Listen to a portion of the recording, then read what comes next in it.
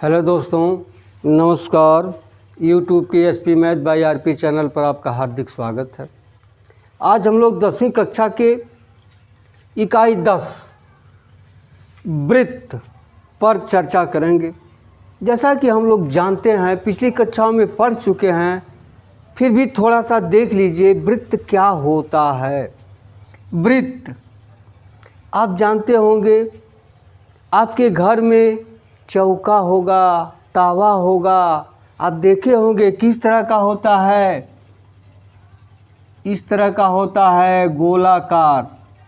आपके दिमाग में भी आएगा कि गोलाकार, गेंद भी गोलाकार होता है और चौका भी गोलाकार होता है, बेलना भी गोलाकार होता है।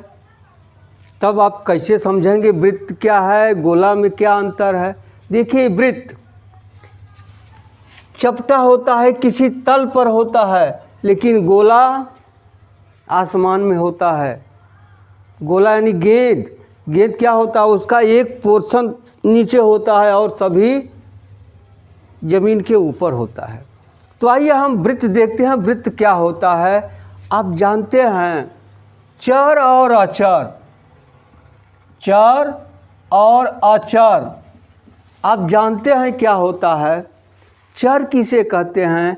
जिनका मान समय और परिस्थिति के अनुसार या किसी शर्त के अनुसार बदलता रहे, उसे चर कहते हैं। और अचर क्या है? जिनका मान प्रत्येक परिस्थिति में एक रहे, वह अचर होता है, अचर कहलाता है। जैसे ही यह बिंदु दे दिया गया, अगर इसको टच न किया जाए, छुआ न जाए, कोई हस्तक्षेप न किया जाए, तो यह स्थिर रहेगा, अचर रहेगा। क्या होगा? अचर होगा, अचर होगा। एक दूसरा बिंदु है जो यह गतिशील है, अपने इच्छानुसार इधर उधर जा सकता है, तो यह क्या कहा जाएगा? अचर। क्या कहा जाएगा? अचर कहा जाएगा। अब यह एक चर बिंदु है, अचर नहीं, यह चर है, जो स्वेच्छा से चल रहा है या किसी नियम या शर्त से चल रहा है, वह चर है। और जो एकदम नियत है, स्थिर है, वह अचर है प्रत्येक अवस्था में। तो आइए देखिए, चर है या चल रहा है। मान लीजिए एक नियम से इसको चला रहे हैं, यह चर बिंदु है जो इस तरह से नियम से चल रहा है। मान लीजिए ओ है, यह क्या है? अचर बिंदु है। और पी क्या है? चर बिंदु है। पी इस तरह चल रहा है कि ओ पी बराबर नियत हो। नियत माने निश्चित दूरी हो। मान लीजिए 4 सेंटीमीटर हो, तो ओ पी चाहे या चाहे जहाँ जाए, लेकिन उसकी और ओ के बीच की दूरी सदैव समान होनी चाहिए। क्या? समान होनी चाहिए। तो ओ और पी के बीच की दूरी सदैव समान। मान लीजिए पी घूमते घूमते यहाँ आ गया, तो भी यह दूरी समान होनी चाहिए। यानी इसी तरह से पी घूमते घूमते ओ के चारों तरफ इस तरह से घूम रहा है कि इसके बीच की दूरी सदैव क्या हो? समान हो।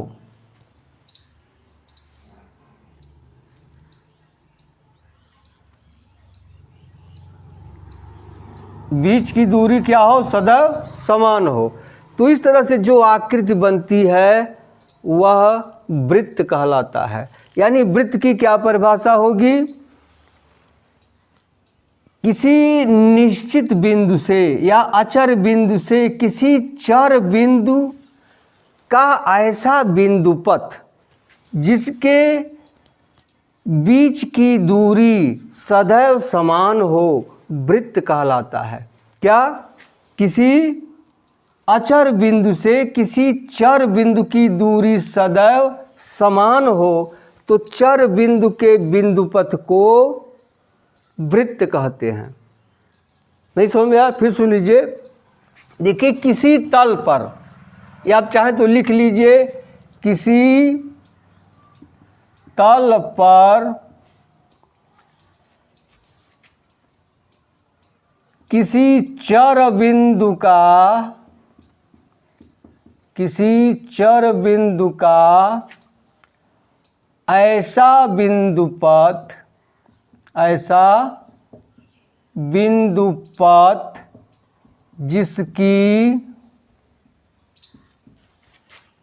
किसी चर बिंदु से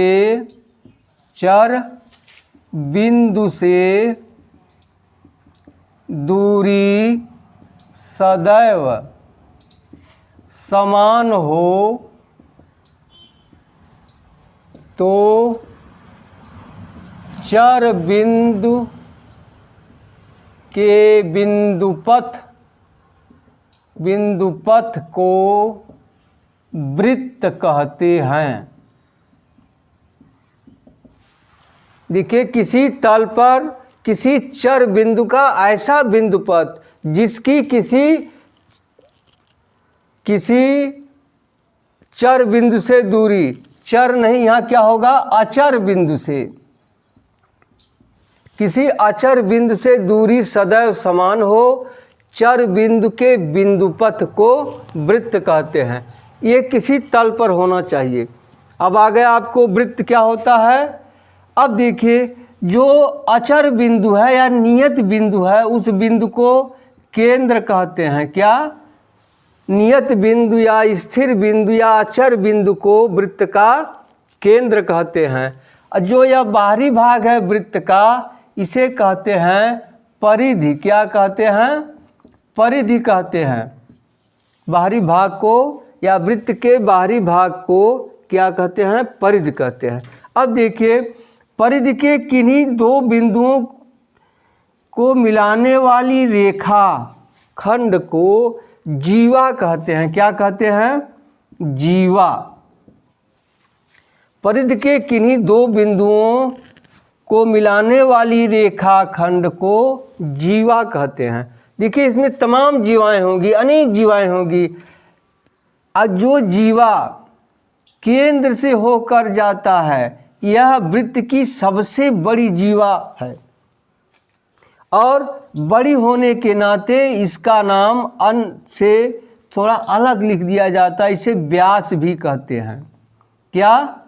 व्यास कहते हैं। या आप कह सकते हैं केंद्र से होकर जाने वाली जीवा को व्यास कहते हैं।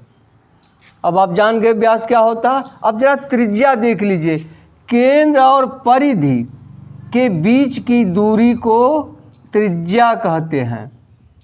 देखिए, यह भी केंद्र और परिधि के बीच की दूरी इधर है और इधर है। देखिए, व्यास क्या है? त्रिज्या का दूना है। व्यास त्रिज्या का दूना है, यानी व्यास बराबर क्या होता है? 2 गुणे त्रिज्या। हो गया। अब आप त्रिज्या देख लिए, व्यास देख लिए, केंद्र देख लीजिए। अगर वृत्त को यहाँ से हम देखिए जीवा खींचे हैं, यह जीवा इसको 2 भागों में बांट रही है। देख रहे हैं, यह एक छोटा भाग है, यह बड़ा भाग है। इसे कहते हैं वृत्तखंड। वृत्तखंड। देखिए, इसको अगर आप काट देंगे तो इस तरह की आकृति हो जाएगी। देखिए, यह वृत्तखंड है। इसका जो शेष भाग ऊपर वाला होगा वो भी वृत्तखंड होगा। इसे कहते हैं लघु वृत्तखंड और जो बड़े वाले भाग को कहते हैं दीर्घ वृत्तखंड। हो गया। यह लघु वृत्तखंड है और यह ऊपर वाला दीर्घ वृत्तखंड है। अगर इसको इस तरह से काट दिया, मान लीजिए यह वृत्त है, इसको इस तरह से काट दिया जाए तो यह होता है त्रिज्यखंड। क्या? त्रिज्यखंड। देखिए, इसमें भी 2 त्रिज्यखंड हो गया, एक बड़ा वाला त्रिज्यखंड, एक छोटा त्रिज्यखंड। देखिए, इस तरह का आकृति हो जाएगी। इसको काट देंगे, इस तरह से हो जाएगा। यह लघु त्रिज्यखंड है और एक हो जाएगा इस तरह से। देखिए, यह दीर्घ त्रिज्यखंड है। आएगा समझ में? त्रिज्यखंड हो गया, वृत्तखंड हो गया। अब व्यास जान गए, त्रिज्या जान गए, जीवा जान गए। अब आइए आगे चलते हैं।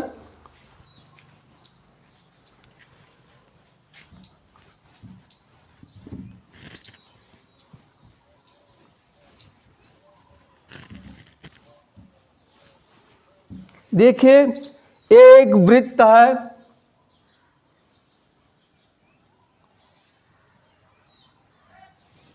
देख रहे हैं यह वृत्त है, एक रेखा यह खींच दी गई। यह देख रहे हैं रेखा क्या है, यह वृत्त के बाहर है। एक रेखा और खींच दी गई इस तरह से, देखिए यह वृत्त को छूते हुए जा रही, एक रेखा और खींच दे रही इस तरह से, इस तरह से कई रेखाएं खींची गई। देखिए सब में एक कुछ अंतर है। देखिए यह रेखा वृत्त के बाहर है, वृत्त से कोई मतलब नहीं। यह रेखा वृत्त को छूते हुए जा रही है, यह रेखा वृत्त को दो जगह काट रही है, यह रेखा भी वृत्त को दो जगह काट रही है। तो यह रेखा, इसे क्या कहेंगे, यह वृत्त के बाहर रेखा है। और इसे क्या कहेंगे, वृत्त को यह छेदते हुए जा रही है, इसे क्या कहेंगे, छेदक रेखा। ये दोनों रेखाएं क्या हैं, छेदक रेखा, छेदक रेखा, ये दोनों रेखाएं छेदक रेखा है। लेकिन यह देखो इसको छूते हुए जा रही है, इसे कहेंगे आप स्पर्श रेखा, स्पर्श रेखा। अब देखिए छेदक रेखा स्पर्श रेखा में अंतर क्या है। देखिए यह वृत्त को दो बिंदुओं पर या दो जगह काट रही है, यह भी काट रही है, लेकिन यह वृत्त को एक जगह काट रही है। स्पर्श रेखा क्या करे, वृत्त को एक जगह काट रही है। या स्पर्श रेखा की आप परिभाषा लिख सकते हैं, ऐसी रेखा जो वृत्त के किसी एक बिंदु से होकर जाए, वृत्त की स्पर्श रेखा कहलाती है। क्या, ऐसी रेखा जो वृत्त के किसी एक बिंदु से होकर जाए स्पर्श रेखा कहलाती है। और छेदक रेखा ऐसी रेखा जो वृत्त के दो बिंदुओं से होकर जाए, वृत्त के दो बिंदुओं से होकर जाए, क्या कहलाती है, छेदक रेखा कहलाती है। अब आप जान गए छेदक रेखा। अब देखिए मान लीजिए यही है, ये छेदक रेखा है, इसको हम इधर खींच दें, यहाँ देख रहे हैं, तो क्या होगी, इसकी जो यह परिधि है इसकी धीरे धीरे दूरी घटती जाएगी, और खींच देंगे घटती जाएगी। यानी छेदक रेखा के बीच की जो ये दूरी है वह घटती जाएगी, छेदक रेखा के बीच की दूरी घटती जाएगी। जैसे देख लीजिए चित्र में यही है, मान लीजिए एक रेखा है, यहाँ है, ज्यों-ज्यों इसको नीचे घटाएंगे, नीचे की ओर करेंगे या ऊपर की ओर करेंगे, क्या होगा, धीरे धीरे जो इनके बीच की दूरी है या जीवा की दूरी है घटती जाएगी। घटते घटते यदि दोनों छेदक बिंदु, वृत्त को छेदक बिंदु अगर संपाती हो जाए, दोनों प्रतिच्छेदक बिंदु अगर संपाती हो जाएं, तो छेदक रेखाएं स्पर्श रेखाएं कहलाती हैं। क्या कहलाती हैं, स्पर्श रेखाएं कहलाती हैं। देखिए इस तरह से रेखाएं हैं। अगर ये धीरे धीरे इधर या इधर बढ़ाते जाएं, मान लीजिए दोनों तरफ समांतर रेखा बढ़ाते जाएं तो यह दोनों बिंदु आपस में नज़दीक होते जाएंगे, और धीरे धीरे यहाँ आने पर क्या हो जाएंगे, दोनों बिंदु क्या हो जाएंगे, संपाती हो जाएंगे, तो क्या कहलाएंगे, स्पर्श रेखा कहलाएंगे। इस तरह से किसी समांतर रेखा द्वारा वृत्त को दो जगहों पर स्पर्श कराया जा सकता है, या किसी वृत्त पर दो रेखाएं समांतर स्पर्श रेखाएं हो सकती हैं, तीन नहीं हो सकती। दो रेखा, एक रेखा इधर, एक रेखा समांतर हो सकती है। अगर इधर खींच देंगे तो दोनों रेखाएं समानांतर नहीं होंगी। यानी एक वृत्त पर दो रेखाएं समानांतर स्पर्श रेखाएं हो सकती हैं। और एक चीज़ ध्यान दीजिए, इस वृत्त पर मान लीजिए वृत्त दिया है, अगर पूछ दिया जाए इस वृत्त पर कुल कितनी स्पर्श रेखाएं खींची जा सकती हैं, तो देखिए इस अनेक बिंदुओं से वृत्त बना है, इस पर अनेक स्पर्श रेखाएं खींची, इस तरह से, इस तरह से अनेक स्पर्श रेखाएं खींची जा सकती हैं। यानी एक ही वृत्त पर असंख्य रूप से अनेक स्पर्श रेखाएं खींची जा सकती हैं। हो गया। और एक वृत्त पर दो स्पर्श रेखाएं ऐसी खींची जा सकती हैं जो परस्पर समानांतर होती हैं। आया समझ में? एक वृत्त पर दो स्पर्श रेखाएं खींची जा सकती हैं जो परस्पर समानांतर होती हैं। तीन स्पर्श रेखाएं परस्पर समानांतर नहीं हो सकती। और जान लीजिए, एक वृत्त पर अनेक स्पर्श रेखाएं खींची जा सकती हैं। ठीक है, अब आप समझ लिए होंगे। आइए कुछ अभ्यास प्रश्न देखते हैं। हाँ देखिए, यही प्रश्न है, आपके पुस्तक प्रश्नावली 10(1) का है। आइए देखते हैं क्या है। एक वृत्त की कितनी स्पर्श रेखाएं हो सकती हैं? बताया गया एक वृत्त की असंख्य रूप से अनेक स्पर्श रेखाएं हो सकती हैं। दूसरा है खाली जगह भरिए। किसी वृत्त की स्पर्श रेखा उसे बिंदुओं पर प्रतिच्छेद करती है। किसी वृत्त की स्पर्श रेखा वृत्त के केवल एक बिंदु पर प्रतिच्छेद करती है। तो यहाँ क्या भरा जाएगा? किसी वृत्त की स्पर्श रेखा उसे एक बिंदुओं पर प्रतिच्छेद करती है। ठीक है। अब दूसरा है वृत्त को दो बिंदुओं पर प्रतिच्छेद करने वाली रेखा को क्या कहते हैं? छेदक रेखा कहते हैं। जो रेखा वृत्त को दो बिंदुओं पर प्रतिच्छेद करती है उसे क्या कहते हैं? छेदक रेखा। यहाँ क्या भरा जाएगा? छेदक रेखा। अब तीसरा है एक वृत्त की समांतर स्पर्श रेखा हो सकती हैं। एक वृत्त की दो समांतर स्पर्श रेखाएं हो सकती हैं, तीन स्पर्श रेखाएं नहीं हो सकती। तो यहाँ क्या भरा जाएगा? एक वृत्त की दो समांतर स्पर्श रेखाएं हो सकती हैं। चौथा है वृत्त था उसकी स्पर्श रेखा के उभयनिष्ठ बिंदु को क्या कहते हैं? स्पर्श बिंदु कहते हैं। क्या कहते हैं? स्पर्श बिंदु कहते हैं। अब तीसरा सवाल है 5 सेंटीमीटर त्रिज्या वाले एक वृत्त के बिंदु P पर। अब देखिए इस तरह से है, मान लीजिए एक वृत्त है इस तरह से, इसकी त्रिज्या है 5 सेंटीमीटर। ये त्रिज्या है 5 सेंटीमीटर। कितना है? 5 सेंटीमीटर। यहाँ O है, यहाँ P है। ठीक है।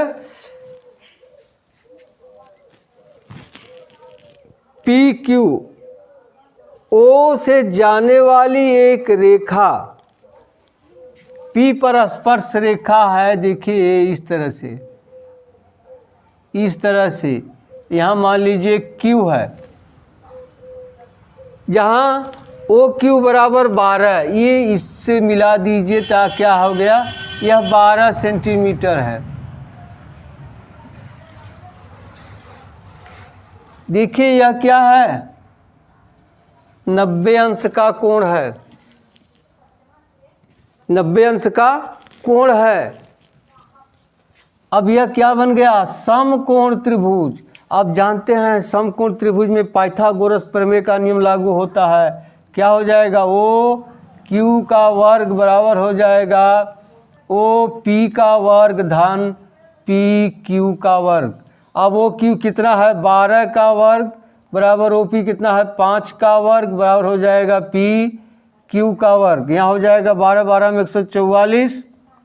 ये आ जाएगा, इधर हो जाएगा 5 5 25 बराबर हो जाएगा पी क्यू का वर्ग। घटा दें कितना आ जाएगा? 14 में से 5 गया 9, 3 में से 2 गया 1, 1 हो गया पी क्यू का वर्ग।